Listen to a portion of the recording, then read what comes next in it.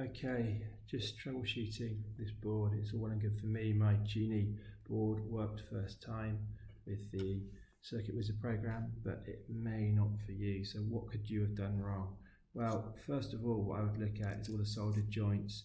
Just give them a bit of a rock, and if they seem to be moving, it's because they're what's called dry soldered, especially if you can give the components a rock on the other side and they seem to be moving. You can see the ends of those wires moving. That's one thing that could be wrong with them.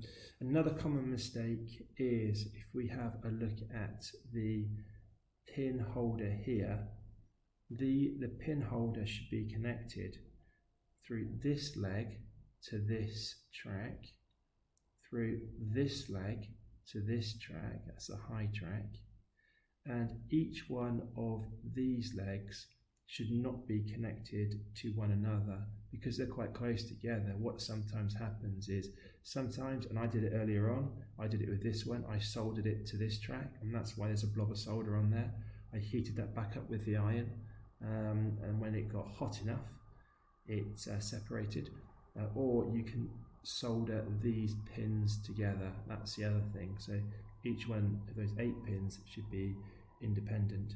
Make sure your diode's in, make sure your resistors are in, and they're the right values, of course.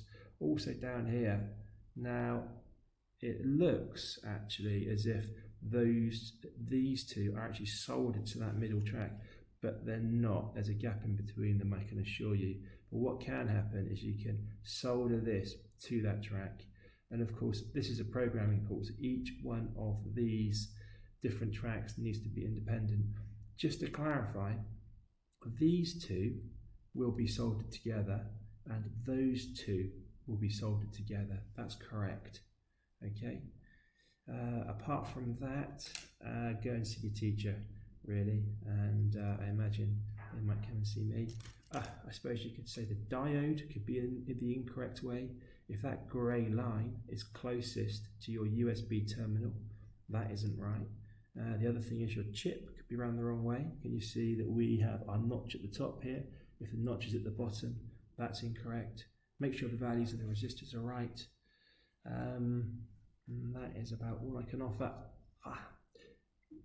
Sometimes, if you haven't put the information port in incorrectly, what can happen is it can be at an angle and the leg may not be going through the hole, and therefore you've just soldered the face of the circuit board and you haven't soldered the leg of the information port. That's something else which I've seen in the past. But hopefully yours is working first time, you're not having to watch this little clip.